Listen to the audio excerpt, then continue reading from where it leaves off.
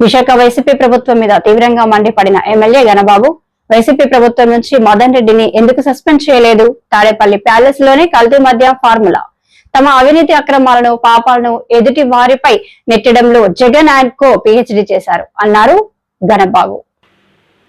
నకిలీ మద్యం విషయంలో ఏనుగుల మేతకు చీమల మేతకు ముడిపెట్టాలని వైసీపీ నాయకులు కుట్రలు చేస్తున్నారు. గత 5 ఏళ్లు లిక్కర్ మాఫియా నడిపి 3,500 కోట్ల రూపాయలు దోచుకున్న విషయాన్ని ప్రజల దృష్టి మళ్లించడానికి జగన్ కుట్రలకు ప్లాన్ చేశాడు. అందులో భాగంగానే చిత్తూరు జిల్లా ములకల చెరువు, ఇబ్రహీంపట్నం నకిలీ మద్యం కూటమి ప్రభుత్వం ప్రతిష్టను దెబ్బతీయాలన్న ఉద్దేశంతోనే కుట్రపూరితంగా కల్తీ మద్యం ఫార్ములాను తాడేపల్లి ప్యాలెస్లో తయారు చేశారు. అందులో భాగంగా సెప్టెంబర్ 24న ఆఫ్రికాకు వెళ్లేందుకు టికెట్ బుక్ చేసుకున్న జనార్దనరావును 23వ తేదీన జోగి రమేష్ను ఇంటికి పిలిపించుకున్నారు. జనార్దనరావు, జోగి రమేష్ చిన్ననాటి స్నేహితులు కావడంతో నకిలీ మద్యానికి పక్కా ప్రణాళికలు రచించారు. జోగి రమేష్ అనుచరుడు సురేష్ మొలకల చెరువు కల్తీ మద్యం తయారీ కేంద్రం ఆచూకీ ఎక్సైజ్ అధికారులకు ఫోన్ చేసి చెప్పాడు. మీ కుట్రను కూటమి ప్రభుత్వానికి ఆపాదించేందుకు ప్రయత్నించారు.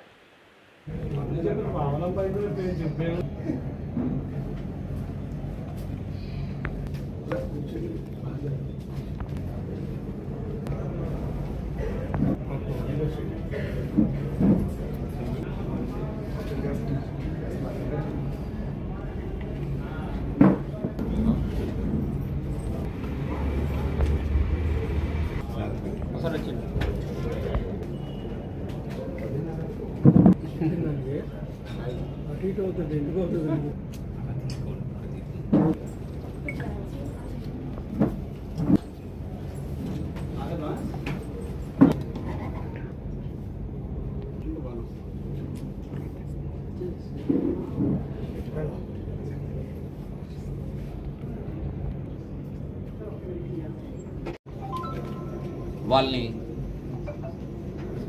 పోస్ట్ మార్టం చేస్తే వాళ్ళు కామెంట్ చేశారని పోస్ట్ మార్టం చేయడం మీ అందరికీ తెలుసు. జంగారెడ్డిగూడెంలో 27 మంది కల్తీ మద్యం తాగి చనిపోతే ఆ రోజు మేము కూడా అసెంబ్లీ నుంచి ఎమ్మెల్యేలందరూ బస్సులో వెళ్ళాం. మేము చెప్పాం వాళ్ళందరికీ పోస్ట్ మార్టం చేస్తే నిజం తేలుతుందని. పోస్ట్ మార్టం కూడా చేయలేదు, ఎవరి మీద కేసు కూడా లేదు. కానీ ఈరోజు వారు ఏదైనా చెప్తే, ఏదైనా కామెంట్ చేస్తే దాన్ని ఇమ్మీడియట్గా స్పష్టంగా ఈరోజు ప్రభుత్వం కల్తీ మద్యం వల్ల ఎవరైనా చనిపోయారనుకుంటే వాళ్ళ పోస్ట్ మార్టం నిర్వహించి అవి ఏం లేదని కూడా తేల్చడం అనేది కూడా. ఆరోగ్యశ్రీ పథకం పెట్టి వైఎస్ఆర్ దేవుడైతే పథకాన్ని ఆపి చంద్రబాబు రాక్షసుడయ్యాడు అని ఏపీ కాంగ్రెస్ అధ్యక్షురాలు షర్మిల మండిపడ్డారు. ఆరోగ్యశ్రీ పేరు ఏదైనా సరే పథకాన్ని కొనసాగించాలని కోరుతున్నాను. నారావారి ఆరోగ్య సేవ అని పెట్టుకున్నా మాకు అభ్యంతరం లేదు అన్నారు. ఆంధ్ర రాష్ట్రంలో ఆరోగ్యాన్ని చర్చరెక్కించారు చంద్రబాబు గారు. ఆరోగ్యశ్రీ పథకం పేదవాడి ఆరోగ్యానికి భరోసా కలిగించే పథకం. అలాంటి ఆరోగ్యశ్రీని, అంటే పేదవాడికి వైద్యం ఇచ్చే ఆరోగ్యశ్రీని చంద్రబాబు గారు స్ట్రెచ్చర్ ఎక్కించారు. మెల్లగా ఆరోగ్యశ్రీని మొత్తానికే మూసేయడానికి, ఆరోగ్యశ్రీని కోమాలకు పంపించడానికి ప్రయత్నం చేస్తున్నట్టుగా కూటమి సర్కార్ చర్యలు కనిపిస్తున్నాయి. ఇది ఎక్కడి అన్యాయం అని అడుగుతున్నాం. నిజానికి రాజశేఖర్ రెడ్డి గారికి అంత మంచి పేరు వచ్చింది అంటే దానికి కారణం ఆరోగ్యశ్రీ లాంటి పథకాలు. మనసున్న నాయకునిగా రాజశేఖర్ రెడ్డి గారు నిరూపించుకున్నారు అంటే దానికి కారణం పేద ప్రజల పట్ల ఆయనకున్న ప్రేమ. డాక్టర్ గా, ఒక రాజకీయ నాయకుడిగా పాదయాత్ర చేసిన అప్పటి కాంగ్రెస్ పార్టీ రాష్ట్ర అధ్యక్షుడిగా రాజశేఖర్ రెడ్డి గారు పేదవాడికి ఆరోగ్యం విషయంలో భరోసా కలిగించాలి అన్న విషయం గమనించి రాజశేఖర్ రెడ్డి గారు ఆరోగ్యం కోసం, వైద్యం కోసం పేదవాడు ఆస్తులు అమ్ముకోకూడదు, అప్పులు పాలు కాకూడదు, పేదవాడికి కూడా మంచి వైద్యం అందాలి, ప్రైవేట్ ఆసుపత్రుల్లో, కార్పొరేట్ ఆసుపత్రులలో బెస్ట్ వైద్యం పేదవాడికి కూడా అందుబాటులో ఉండాలి అని తెచ్చిందే ఆరోగ్యశ్రీ పథకం. రాజశేఖర్ రెడ్డి గారి గుండెల్లో నుంచి పుట్టిన పథకం ఆరోగ్యశ్రీ పథకం. ఎంతమంది లక్షల మంది, కోట్ల మంది ఆరోగ్యశ్రీ పథకం ద్వారా లబ్ధి పొందిన వాళ్ళు ఉన్నారు. ఈ రోజు వరకు కూడా, ఇప్పటికీ కూడా ఇన్ని సంవత్సరాలు గడిచిన తర్వాత కూడా సంవత్సరానికి కనీసం 30 లక్షల మందికి ఆరోగ్యశ్రీ పథకం వర్తిస్తుంది.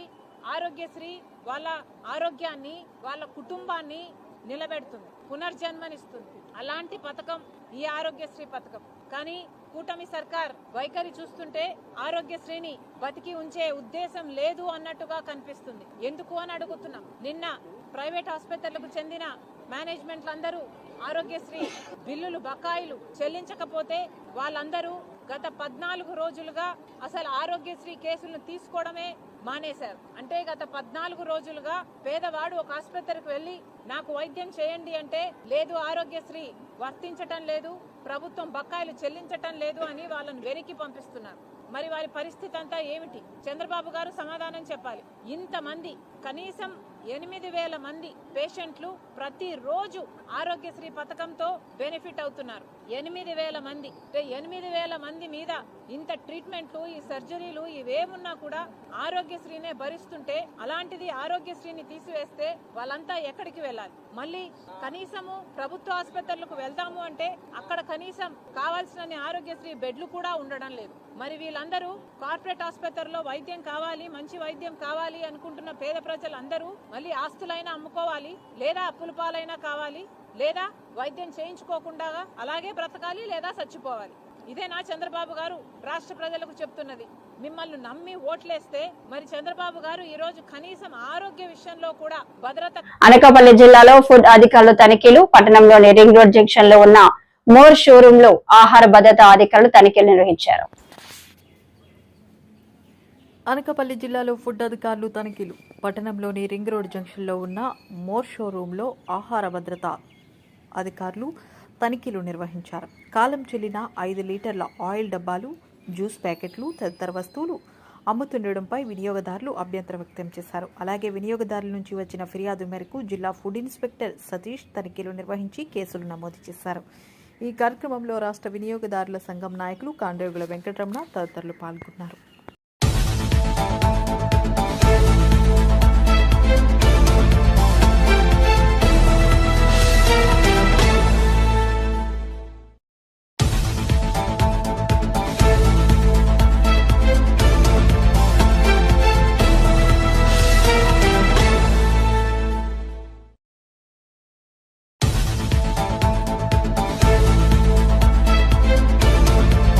నా పేరు Kandregula Venkataramana, consumer organization federation state ప్రెసిడెంట్గా వ్యవహరిస్తున్నాను.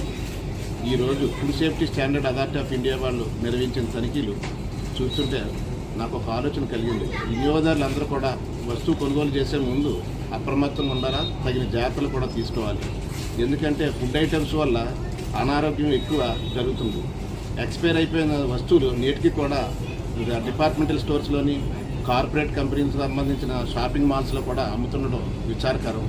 ఈ నేపథ్యంలో అనకాపల్లిలో మోర్ షాప్లోని ఈరోజు నిర్వహించిన తనిఖీల్లో ఆయిల్ ప్యాకెట్స్, జ్యూస్ ప్యాకెట్స్ ఇలాంటి తినుబండారాలకు సంబంధించినవన్నీ కూడా వెలుగులోకి రావడం ఆశ్చర్యకరణం. ఈ నేపథ్యంలో వినియోగదారులు ఎవరికైనా ఆహార పదార్థాల్లో కల్తీ కానీ అనుమానం వచ్చినట్లయితే నేషనల్ కన్జ్యూమర్ హెల్ప్ లైన్ 1915కి ఫిర్యాదు చేయాలని నేను ఈ సందర్భంగా తెలియజేసుకుంటున్నాను. అదేవిధంగా స్టేట్ కన్జ్యూమర్ అఫైర్స్ డిపార్ట్మెంట్ అయినటువంటి వినియోగదారుల వ్యవహారాలకు సంబంధించి కమిషనర్ కార్యాలయానికి, విజయవాడలో ఉన్న విజయవాడ కమిషనర్ కార్యాలయానికి, అదేవిధంగా స్థానికంగా అయితే జాయింట్ కలెక్టర్ గారికి, జిల్లా పౌర సరఫరాల అధికారికి ఫిర్యాదు చేయాల్సిన అవసరం అయితే ఉంది. ముఖ్యంగా ఎక్స్పైర్ అయిపోయిన ఆహార పదార్థాలు కొనుగోలు చేసిన వినియోగదారులు నష్టం కోసం నష్టపరిహారం, అదేవిధంగా న్యాయం కోసం వినియోగదారుల కమిషన్ ఆశ్రయించి న్యాయం పొందొచ్చు, నష్టపరిహారం పొందొచ్చు. ప్రతి వినియోగదారుడు కూడా మన ఆంధ్రప్రదేశ్ రాష్ట్రంలోని 17 వినియోగదారుల ఫోరాలు ఉన్నాయి, జిల్లా కేంద్రాల్లో ఉన్నాయి. ఉమ్మడి జిల్లా కేంద్రాల్లో మాత్రం వినియోగదారుల కమిషన్లు ఉన్నాయి. గతంలో వినియోగదారుల ఫోరం అనేది ఉంటుంది, ఇప్పుడు కమిషన్గా మార్పు చేయడం జరిగింది. ఈ కమిషన్కి చేసేటప్పుడు కూడా డాకిల్ అనే వెబ్సైట్ ద్వారా ఆన్లైన్లో కూడా కంప్లైంట్ చేసుకోవచ్చు, నేరుగా చేయొచ్చు, పోస్ట్ ద్వారా చేయొచ్చు. ఏదేమైనా ఫిర్యాదు కాపీని 3 కాపీలు అందజేయాల్సిన బాధ్యత ఉంది. అందరికీ నమస్కారం అండి. కుమారండి, ఫుడ్ సేఫ్టీ ఆఫీసర్. వినియోగదారుల నుంచి వచ్చిన కంప్లైంట్ మేరకు ఈరోజు more retail limited super market తనిఖీ చేయడం జరిగింది. వినియోగదారుల నుంచి వచ్చిన కంప్లైంట్ ఏంటి? గిరిజన సంక్షేమ శాఖ మంత్రి సంధ్యారాణి మాటలను తీవ్రంగా ఖండించిన మాజీ ఉప ముఖ్యమంత్రి పుష్ప శ్రీవాణి పార్వతీపురం మన్యం జిల్లా జియ్యమ్మ వలస మండలం చినమేరంగి గ్రామంలో ఆమె క్యాంప్ కార్యాలయంలో గురువారం మీడియాతో మాట్లాడుతూ, గిరిజన సంక్షేమ శాఖ మంత్రిగా ఉండి గిరిజన విద్యార్థులు మరణిస్తే బాధ్యత లేదనడం అన్యాయమన్నారు. కురుపాం గురుకుల బాలికల ఆశ్రమ పాఠశాలలో పచ్చ కామర్లతో 2 విద్యార్థులు మరణించినప్పటికీ స్పందించకుండా చేతకాని మాటలాడటం ఎంతవరకు సమంజసమని ప్రశ్నించారు. ప్రభుత్వం చేతకానితనం వల్ల విద్యార్థులు మరణించినా పట్టించుకోవడం లేదని మండిపడ్డారు. మీరు నిన్న పార్వతీపురంలో బాధ్యత లేకుండా చేసిన వ్యాఖ్యలకు గిరిజన ప్రజలకు మంత్రి క్షమాపణ చెప్పాలని పుష్పశ్రీ వారి డిమాండ్ చేశారు.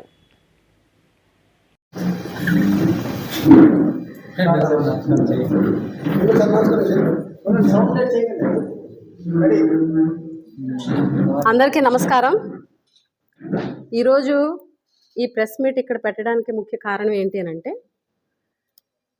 గిరిజన సంక్షేమ శాఖ మంత్రి అలాగే women and child welfare minister అయినటువంటి గుమ్మడి సంధ్యారాణి గారు బాధ్యత లేకుండా గిరిజన పిల్లలను ఉద్దేశించి, గిరిజన సమాజాన్ని ఉద్దేశించి బాధ్యత లేనటువంటి మాటలు మాట్లాడినటువంటి ఆవిడ వ్యాఖ్యల్ని తీవ్రంగా ఖండిస్తూ, గుమ్మడి సంధ్యారాణి గారు మాట్లాడుతూ, విద్యార్థులకి జ్వరాలు వస్తే నా బాధ్యత, లేకపోతే ఎవరికి జ్వరం వచ్చినా నాదా బాధ్యత అని చెప్పేసి ఆవిడ ఒక మంత్రి స్థాయిలో ఉండి, గౌరవప్రదమైనటువంటి మంత్రి పదవిలో ఉండి, సంబంధిత శాఖ అయి ఉండి విచక్షణ కోల్పోయి పదవి అనే అహంకారంతో, అధికార మదంతో ఆవిడ చేసినటువంటి వ్యాఖ్యలు చాలా దురదృష్టకరం. నేను ఒకటే ప్రశ్నిస్తున్నా, మీరు గిరిజనురాలు, గిరిజన సంక్షేమ శాఖ మంత్రి అన్నది మర్చిపోయి మాట్లాడారా? లేకపోతే గిరిజన సంక్షేమ స్కూల్స్, ట్రైబల్ వెల్ఫేర్ అన్ని స్కూల్స్ కూడా అందులో ఉన్నటువంటి విద్యార్థులు కానీ, వాళ్ళకి సంబంధించినటువంటి ఆరోగ్య సమస్యలు కానీ ఎదురైతే మీకు బాధ్యత లేదా? అంటే గిరిజన విద్యార్థులకి హెల్త్ ఇష్యూస్ వచ్చినా, లేకపోతే వాళ్ళకి ఏమన్నా కష్టం వచ్చినా మీది బాధ్యత కాదా? అయితే ఎవరిది బాధ్యత చెప్పండి. పోనీ ఎవరిది బాధ్యత? మీది కాదా? ప్రభుత్వానిది కాదా? మంత్రి అంటే ఏంటి? Part of the government. సంబంధిత శాఖ మంత్రి అయి ఉండి నాదా బాధ్యత అంటారు. అంటే ఆహార భద్రతా విభాగం మరింత సమర్థంగా పనిచేసేలా చూస్తాం. ఇందుకోసం తగిన సూచనలు చేస్తూ పక్షం రోజుల్లో ప్రభుత్వానికి నివేదిక ఇస్తాం అని శాసనసభ ఫిర్యాదుల కమిటీ చైర్మన్ ఉప సభాపతి కె రఘురామకృష్ణరాజు అన్నారు. కలెక్టరేట్ లో బుధవారం కమిటీ నేతృత్వంలో సమీక్ష నిర్వహించిన అనంతరం విలేకరుల సమావేశంలో ఆయన మాట్లాడారు. సంబంధిత అధికారులతో చర్చించడం జరిగింది. ఒకటి, హిమోఫిలియా గురించి, ఆ డిసీజ్ గురించి చాలా ఇబ్బందిగా, తక్కువ మందికి ఆ ఇబ్బంది ఉన్నప్పటికీ కూడా చాలా ఎక్కువ ఇబ్బంది, ఆ డిసీజ్కి గురైన వాళ్ళకి ఇబ్బంది చాలా ఎక్కువగా ఉంది. వారికి ఆ ట్రీట్మెంట్ డే కేర్లోకి తీసుకొచ్చి ఇబ్బందులు లేకుండా ట్రీట్మెంట్ ఎలా చేయాలి, కేజీహెచ్లో ఉన్న ఫెసిలిటీస్ ఏంటి, రాష్ట్ర స్థాయిలో ఆ పర్టికులర్ R8, R9 అనే ఇంజెక్షన్స్, ఇంకా మోనోక్లోనల్ యాంటీబాడీస్ అని ఒక్కొక్కటి సుమారు 50,000 రూపాయలది ప్రభుత్వం ఉచితంగా ఇస్తుంది. స్టాక్ ఎలా మెయింటైన్ చేయాలి, అది టెస్టింగ్ ఫెసిలిటీస్ ఎలా ఇంప్రూవ్ చేయాలి అనే దాని మీద సంబంధిత డాక్టర్స్తో, కేజీహెచ్ సూపరింటెండెంట్ గారితో డిస్కషన్ అయింది. దానికి వాళ్ళు ఏం చేస్తున్నారు, ఇంకా రాష్ట్ర ప్రభుత్వ స్థాయిలో ఏం చేయాలి అనే దాని మీద మేము కూడా ప్రపోజల్ పంపిస్తున్నాం. అండ్ దానికంటే ముఖ్యమైనది ఈరోజు ఫుడ్ సేఫ్టీ మీద హ్యూజ్ మ్యాన్ పవర్ షార్టేజ్ ఉంది. అంటే సుమారు ఒక 500 మంది రాష్ట్ర స్థాయిలో, వేరే స్థాయిలో ఉద్యోగులు కావాలి అంటే 25% మందితోనే ప్రస్తుతం ఆ డిపార్ట్మెంట్ ఉంది. ఇంకా ల్యాబొరేటరీస్ కూడా రాష్ట్రం విడిపోయిన తర్వాత మనకంటూ ల్యాబొరేటరీస్ వేరియస్ స్టేజ్ల్లో ఉన్నాయి. ఒక 4 ల్యాబొరేటరీస్ ఆపరేషన్లోకి రాలేదు. ఆపరేషన్లోకి ఎంత త్వరితగతిన తీసుకురావాలి, ఆ జాబ్స్ ఎలా ఫిల్ చేయాలి, సచివాలయాల్లో పనిచేసే క్వాలిఫైడ్ వాళ్ళని ఇందులో ఇన్కార్పొరేట్ చేయటం ఎలా, ఇమ్మీడియట్గా ఈ స్ట్రెంగ్త్ని పెంచుకొని ఈ ఫుడ్ సేఫ్టీకి FSSAI ప్రమాణాలని అనుసరించి ఎలా చేయాలి అనే దాని మీద చాలా డీటెయిల్డ్గా సమావేశం నిర్వహించాం. ఎందుకంటే ప్రస్తుతం మన ఫుడ్ సేఫ్టీలో దేశంలో ఉన్న పెద్ద రాష్ట్రాలు, బుల్లి యూనియన్ టెరిటరీస్ అన్నీ కలిపినా కూడా ఆ 36లో మనం 20. బోడిగుంట పోలీస్ స్టేషన్ లో కొయ్యూరు జెడ్పీటీసీ నూకరాజు హత్యపై అనకాపల్లి డీఎస్పీ ప్రెస్ మీట్. ఈ మేరకు డీఎస్పీ మీడియాతో మాట్లాడుతూ 11కి కొయ్యూరు జెడ్పీటీసీ అయినటువంటి వారా నూకరాజు గారిని హత్య చేయడం జరిగింది. ఆయన భూమి 10.83 acres రోళ్ళగుంటలో ఉంది, సర్వే నెంబర్ 139లో. అది చూసుకుని అక్కడ తుప్పలు గట్ట క్లియర్ చేయడానికి అని చెప్పేసి ఆయన వస్తే ఆన్ ఇన్ఫర్మేషన్ ఈ అక్యూజ్డ్ పార్టీ ఎవరైతే ఉన్నారో అక్కడే గుడిసెలు వేసుకుని జీవిస్తూ ఉన్నారు. వాళ్ళు మంచి సమయం కోసం చూశారు. ఎప్పుడైతే ఈయన వెళ్ళారో ఈయన మీద కత్తులతో అండ్ కర్రలతో దాడి చేసి ఈయన్ని చంపటం అనేది జరిగింది. విషయం తెలియగానే సంఘటనా స్థలానికి SI Rolugunta and CI Kothakota వెళ్ళి we have used all technical and other means to gather all the evidences and సబ్సిక్వెంట్గా ఈ ఎవిడెన్సెస్ అన్ని గ్యాదర్ చేశాక మాకు ఆన్ రిలయబుల్ ఇన్ఫర్మేషన్ నిన్న ఈ అక్యూజ్డ్ ఎవరైతే ఉన్నారో వాళ్ళ గుడిసెల దగ్గర తిరుగుతున్నారు అని ఇన్ఫర్మేషన్ వచ్చింది. దాన్ని బేస్ చేసుకుని వెళ్ళి నిన్న వాళ్ళని అరెస్ట్ చేయడం జరిగింది. దీంట్లో టోటల్గా 7 అక్యూజ్ని అరెస్ట్ చేయడం జరిగింది. వీళ్ళంతా అక్కడే గుడిసెలు వేసుకుని ఉండటం, వీళ్ళకి వారా నూకరాజు గారికి ప్రీవియస్గానే ఈ ల్యాండ్కి సంబంధించి కొన్ని డిస్ప్యూట్స్ ఉండటం జరిగింది. దానికి సంబంధించే వీళ్ళు మర్డర్ చేశారని వాళ్ళ స్టేట్మెంట్స్లో వాళ్ళు చెప్పారు. సో ఈ రోజు వీళ్ళని మనం అరెస్ట్ చేసి కోర్టుకి రిమాండ్కి ప్రొడ్యూస్ చేస్తున్నాం. ఈ మర్డర్ మాట్లాడమని పంచాయతీలు చేయమని చెప్తే మాత్రం వీ కాన్ డూ ఇట్, అది మా పరిధి కాదు. సో మేము చేయటం అయితే వీలు కాదు. దీనికి సంబంధించి మేము ఫస్ట్ నుంచి ఈ విషయం అందరికీ క్లారిటీ ఇస్తూ వచ్చాం.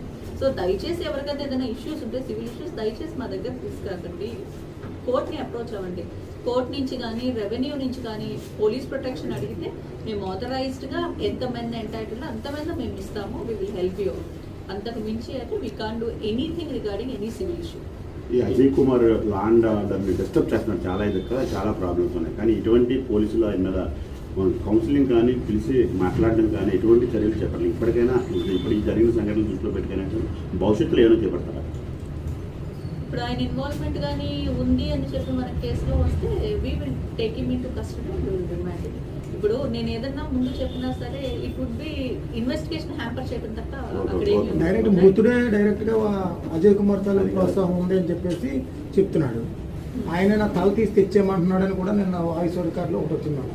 ఏదైనా మన ఇన్వెస్టిగేషన్లో కానీ వస్తే ఇన్వెస్టిగేషన్ ప్రకారం సార్ డైరెక్ట్గా మానిటర్ చేస్తాను, నేను మానిటర్ చేస్తాను. ఇప్పుడు మనం చెప్పే ఏ ఫ్యాక్ట్ అయినా ఇన్వెస్టిగేషన్ హ్యాంపర్ చేస్తాం, అందుకోసం అని చెప్పేసి నేను చెప్పాను. కూడా ఇన్వెస్టిగేట్ చేస్తున్నాము. Investigation still going on. As of now ఒక 7 అక్యూజ్ని అయితే అరెస్ట్ చేశాము. ఇది కంప్లీట్లీ ఎస్పీ గారు నేను మానిటర్ చేస్తున్నాము ఇన్వెస్టిగేషన్కి సంబంధించి. సో ఎవరైనా వెనకున్నా సరే if you get information in investigation మేము వాళ్ళని కూడా అరెస్ట్ చేయడం. బంధువులు అజయ్ కుమార్ని ఆరోపిస్తున్నారు కదా, మాజీ నక్సలైట్ అజయ్ కుమార్. వైసీపీ వేసిన బీజానికి కొనసాగింపే విశాఖ గూగుల్ డేటా సెంటర్ అని వైసీపీ అధినేత జగన్ క్లారిటీ ఇచ్చారు. వైసీపీ ప్రభుత్వం, అదాని కేంద్ర ప్రభుత్వం, సింగపూర్ ప్రభుత్వాల సమిష్టి కృషి ఇది అని చెప్పుకొచ్చారు. 2023లోనే డేటా సెంటర్ కు శంకుస్థాపన కూడా చేశామని మీడియా సమావేశంలో వెల్లడించారు. మూడోది, ఉద్యోగులకు ఏ రకంగా చంద్రబాబు నాయుడు అన్యాయం చేస్తున్నాడు, ఏ రకంగా ఉద్యోగులను రోడ్డు పాలు చేస్తూ ఉన్నాడు అనే సబ్జెక్టు మీద చంద్రబాబు నాయుడు చేస్తూ ఉన్న తీరును, ఆయన చేస్తూ ఉన్న అన్యాయాన్ని మీ ద్వారా ప్రజలందరి దృష్టికి కూడా తీసుకుపోయే కార్యక్రమం చేస్తాం. ఇక చిన్న సబ్జెక్ట్ అయినా కూడా వ్యవసాయం ఒక సబ్జెక్ట్ ఉంది. వ్యవసాయంలో చంద్రబాబు నాయుడు ప్రస్తుతం పరిస్థితుల్లో కూడా చంద్రబాబు నాయుడు ఏ రకంగా, ఇన్ఫ్యాక్ట్ మా పక్క రాయలసీమలో అయితే బుడ్డశనగ పంట ఇప్పుడు వేస్తారు. సో వేస్తూ ఉన్న పరిస్థితుల్లో రైతులు పడతా ఉన్న ఇబ్బందులు, ఈ ప్రభుత్వం రైతుల పట్ల నిర్లక్ష్య వైఖరిని వివరిస్తూ 4వ సబ్జెక్ట్ మీద కూడా టచ్ చేస్తాను. సో మొదటి సబ్జెక్టు, ఈ మొదటి సబ్జెక్టు నకిలీ మద్యంలో ప్రస్తుతం జరుగుతూ ఉన్న డ్రామాల మీద ఇటువైపున స్టోరీ, ఇటువైపున వర్షన్. ఈరోజు రాష్ట్రంలో నిజంగా గమనిస్తే వ్యవస్థీకృత